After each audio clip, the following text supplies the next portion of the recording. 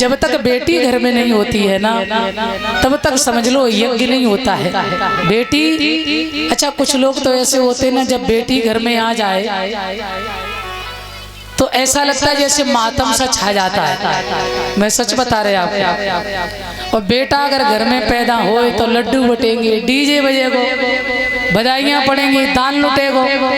और बेटी घर में आएगी तो ऐसा लगे तो पूरे खानदान पे तुषार पड़ेगो।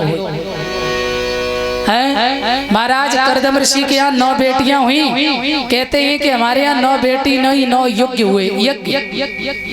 और एक बात और बता दें, मैं ये नहीं कह रहे बेटा का होना आवश्यक है, परंतु बेटा से भी ज्यादा बेटी का होना आवश्यक होता है। देखो एक बार एक पिता रात्रि में सो रहा था, बेटे को पास में सुला लिया। रात में बूढ़े बाप को लगी प्यास, तो बेटा तो कही बेटा हमें बड़ी जोर से प्यास लगी है, हमें पानी पिला दो। तो पहले तो श्रीमान जी जागे ही नहीं, और जब बड़ी देर पिता ने कई बार बुलाया, कई बार बुलाने पर जब आंख खुली भी ना तो एकदम क्रोध से आंखें लाल। बोले सारी रात कोई काम नहीं धंधा नहीं है, न सोते हो न सोने देते हो, कहां से कहां तुम्हारे पास में सो गए, आज के बाद कभी भूल कर भी तुम्हारे पास नहीं सोएंगे, सारी रात नहीं चैन पड़ता है, कभी पानी लाओ, कभी ये लाओ, कभी वो लाओ।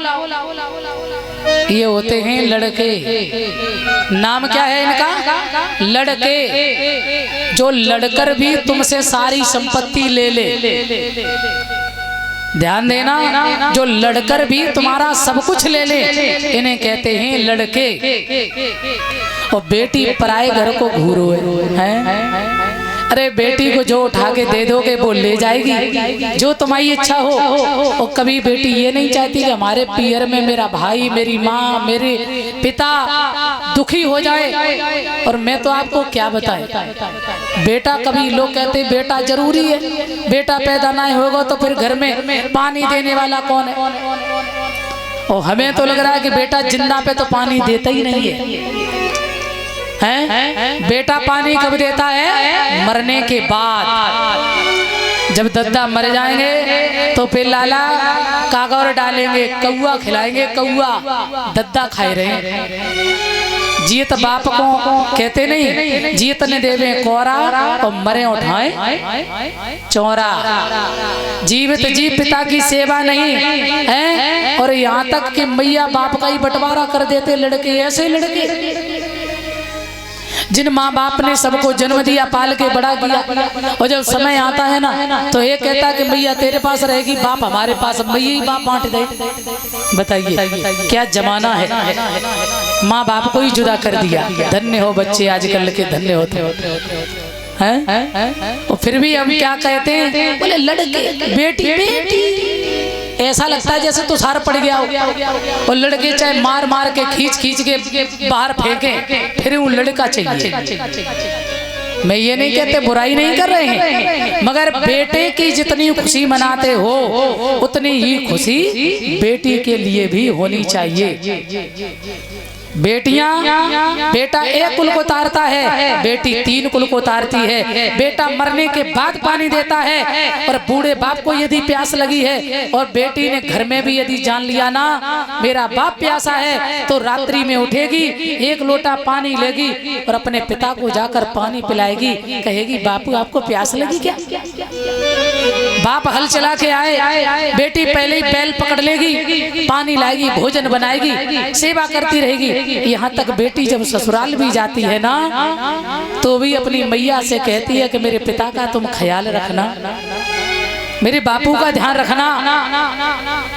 मैं आपको क्या बता दें, लड़के सारी संपत्ति लेने के बाद तुम्हारी सेवा नहीं करते, फिर भी ध्यान नहीं रखते। और बेटी पराए घर पहुंचने के बाद भी अपने माँ बाप का ख्याल रखती है। सुबह शाम नित्य फोन करेगी, पूछेगी हमारे पिताजी ठीक है, हमारी मैया ठीक है।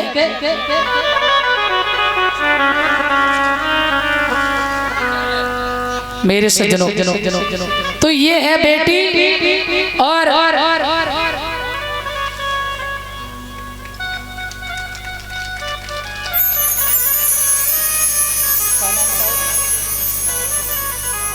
ये माला का सम्मान कृष्णा यादव, ये सन ऑफ श्री सतवीर सिंह यादव, ये भैया सम्मान कर रहा है उनका सत्यदेव।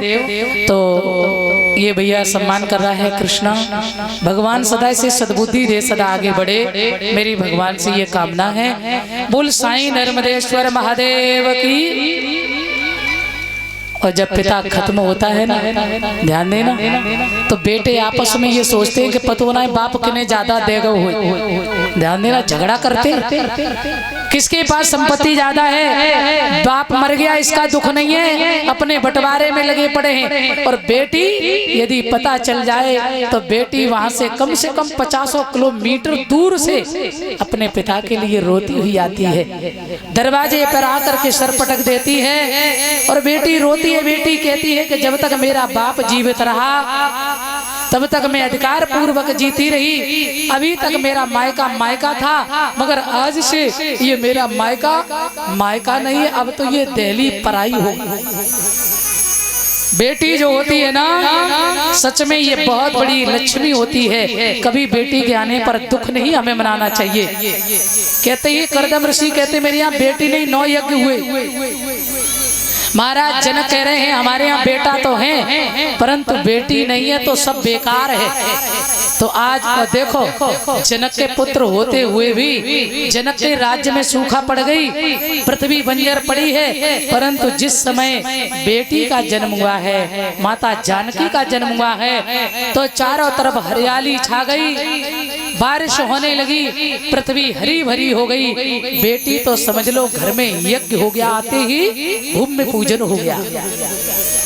बेटी का होना परम आवश्यक है। बेटी बहुत सेवा करती है, इसलिए कभी बेटों की खुशी मनाओ पर बेटी का दुख मत मनाओ। बेटी नहीं तो बेटा कहाँ से। बोल सच्चिदानंद भगवान की। लक्ष्मण की जोड़ी दे दो। बोले राम लक्ष्मण का आप क्या करेंगे। बोले ये हमारा यज्ञ पूर्ण कराएंगे। तो उसी समय महाराज दशरथ ने कहा बड़े खुशी का समय है, दरवाजे पर संत आए, कैसे विमुख वापस कर दें, मगर इतने छोटे छोटे बालक आपकी क्या सहायता करेंगे। बोले ये तो मैं जानता हूं कि क्या करेंगे। राम लक्ष्मण की जोड़ी को लिया है महाराज दशरथ से, और विश्वामित्र जंगल में लेकर के पहुंचे राम लक्ष्मण को। भगवान श्री राम ने कहा गुरुदेव आप अपने यज्ञ को आरंभ करिए और मैं देखता हूं कि आपके यज्ञ को कौन विध्वंस करता है।